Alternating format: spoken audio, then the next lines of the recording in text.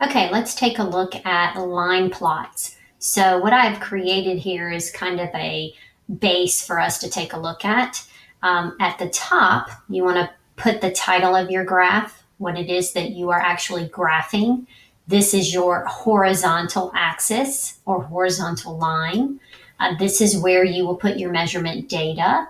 And then this is what you're actually measuring.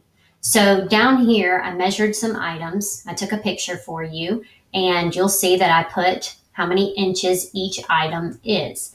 Now, we are not working with parts of inches. We are only working with whole inches. So some of these were a little bit over the actual inches that you see here, but I just estimated the closest number, and that's the inches that I put. So over here is where I took that data and I put it here. And you'll see that I have 2 inches, 3 inches, 7 inches, and 5 inches. So that is my measurement data. So down here it says school supplies in inches. The inches that we have are 2, 3, 5, and 7. So then I'm going to look at my data and say, how many items did we have that are actually 2 inches? And the only thing that I see is the eraser. So I'm going to come over here and get one of my markers. You can draw.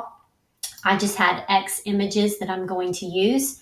So I'm going to put one marker, one X above the 2 because I only have one item that's 2 inches. Then I'm going to look at 3 inches. I have 2 items that are 3 inches. So I'm going to go over here and grab 2 X's and put 2 above the 3 because we have 2 items that are 3 inches. Next, we have 5 inches. And again, I have 2 items that are 5 inches. So I'm going to put 1, 2. And then the last measurement we have is 7 inches, and we only have one item that's 7 inches. So I'm going to take this and put it above the 7. And there's our line plot. So if we were looking at this data and you didn't have this image or this data down here, all you had was the line plot, you should be able to tell me that one item was 2 inches, 2 items were 3 inches, 2 items were 5 inches, and 1 item was 7 inches.